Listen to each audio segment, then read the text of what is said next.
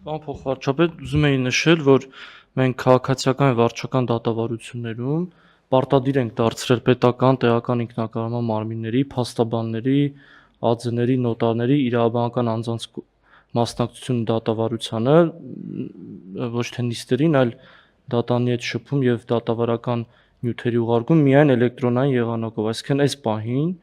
օրենքով բացառություն ենք ասում միայն ֆիզիկական անձինք, բայց ապագայում կարծում եմ մենք պետք է նաև այդ քայլին էլ գնանք եւ բոլոր դատավարության մասնակիցների համար պարտադիր դարձնենք դատարանի հետ էլեկտրոնային շփումը, որը կարծում եմ ձեր նշած խնդիրը կլուծի, այսինքն այլևս եթե թուղթ մուտք չարվի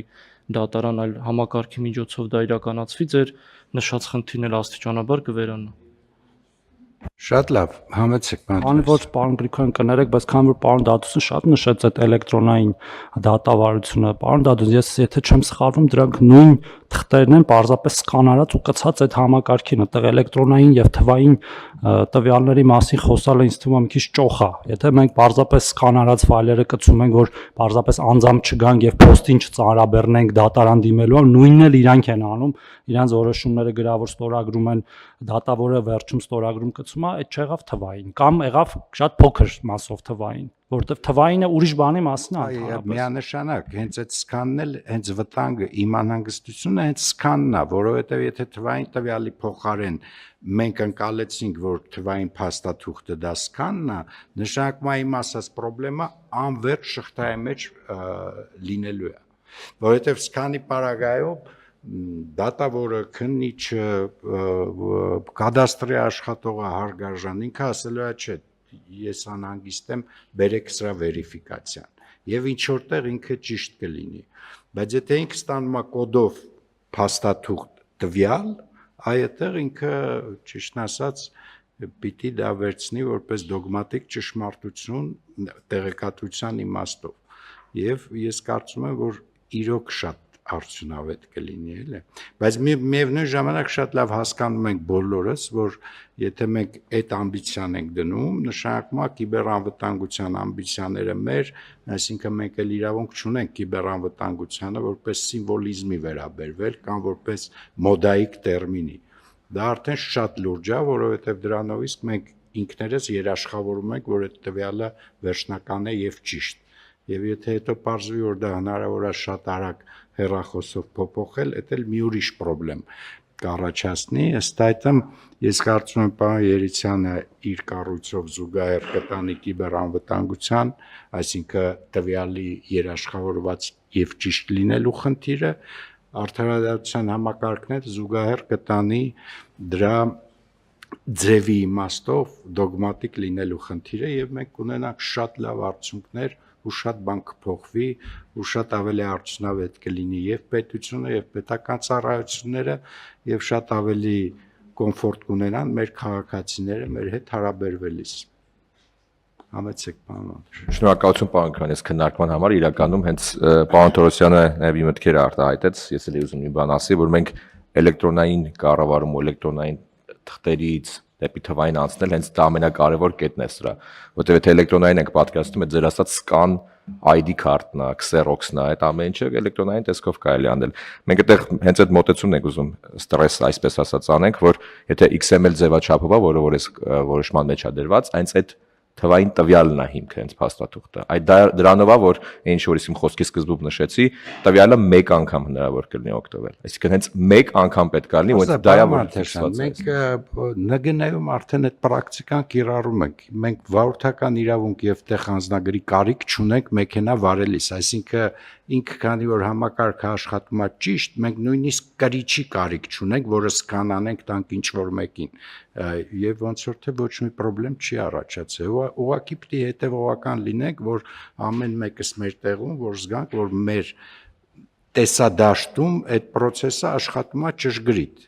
Եթե մենք վարորդական իրավունքների եւ տեխանձնագրերի խնդիրը այս ձևով լուծված չլիներ, ես ավելի լարված կլինեի, բայց կարծում եմ հարցը շատ հեշտ լուծում ունի ու իդեալական աշխարհ։ Եթե կարելի է մի բան էլ ուղղակի հավելեմ, որ վերաբերում է բանկային պլաստիկ քարտերին։ Միանշանակ երևի մենակ ես եմ մնացել, որ դեռևս պլաստիկ քարտն եմ օգտագործում։ Չէ, ես էլ մի հատ ունեմ։ Բայց տենց է։ Ուզում եմ եւս մեկ անգամ հիշեցնել նաև տեղեկատվական համակարգի շտեմարանների կառավարիչներին, որ ժամկետ ունենք օրենքով, այդ 1 տարին է, որ պետք է շտեմարանները աշխատանք տանել ու խնդրեի, որ նաև սերտ աշխատենք նաև կարգավորման հանձնաժողովի հետ, որ պարոն Ելցյանն է ղեկավարում, որ այս ամեն ինչը լինի պատրաստ ու ժամկետին հնարավոր լինի շահագործել։ Շնորհակալություն, առաջարկում եմ հաստատենք։ Մի րոպե, բայց էլի մտքեր կա, այս թեման շատ կարևոր ու հետաքրքիր թեմա է, եւ ես դեմ չեմ, որովհետեւ այս քննարկումը նաեւ լուսաբանում է, ինչը որ նույնպես շատ կարևոր է։ Համեցեք, պարոն Նացականյան։ Շնորհակալություն։ Պարոն Գրիգորյան, դուք լուծումը հնչեցրեցիք դատարանների մասով։ Խնդրի էությունը քննարկումից ակնհայտ երևաց։ Խնդրի էությունը թե օգտատերը ով է, քաղաքացին, թե պետական եւ տեղական ինքնակառավարման մարմինը։ Պարոն Երիցյանը տանում է ամբողջ այս համակարգը դեպի ինտեգրված վարչական ռեգիստրների համակարգի ձևավորմանը, որտեղ պետական մարմինները, այդ թվում նաեւ դատարանները, միևնույն նույնականացման ծածկագրով, այդ համակարգը այդպես է ձևավորվում, միևնույն սահմանումներով եւ դասակարգումներով վարչական ռեգիստրների ինտեգրված համակարգն է, ինչ որ սկանդինավյան երկրներում գոյություն ունի։ Եվ ծածկագիրը հավաքելով այդ անձի կամ կոնկրետ տնտեսավարող սուբյեկտի, այսինքն կլինի ֆիզիկական թե իրավաբանական անձ, ամբողջ տեղեկությունը կհավաքագրի։ Դա կհավաքագրի եւ բնակչության պետական ռեգիստրից, դրա կապով հասցեների ռեգիստրից, բիզնես ռեգիստրից, մնացած։ Դրա համար էլ սկանդինավյան երկրներում մարդը չի շփվում պետական մարմինների հետ, այդ թվում դատարանը։ Ամբողջ տեղեկատվությունը այդ նույնականացման անկրկնելի նույնականացման ծածկագրով անմիջապես ստանում է։ Այլ հարց է ձեր մյուս բարձրացած հարցը, թե վստահելի է տվյալը, թե ոչ։ Դրա հիմքն էլ վարչական օրենսդրությունն է։ Վարչական լիազորություն իրականացնելիս պետական մարմինը գրանցում է։ Գրանցում է ծնունդ։ Ինչն է սխալ։ Ծնունդ, մահ, ամուսնություն, ամուսնալուծություն, ձեռնարկատիրական իրավունք, աշխատանքի իրավունք,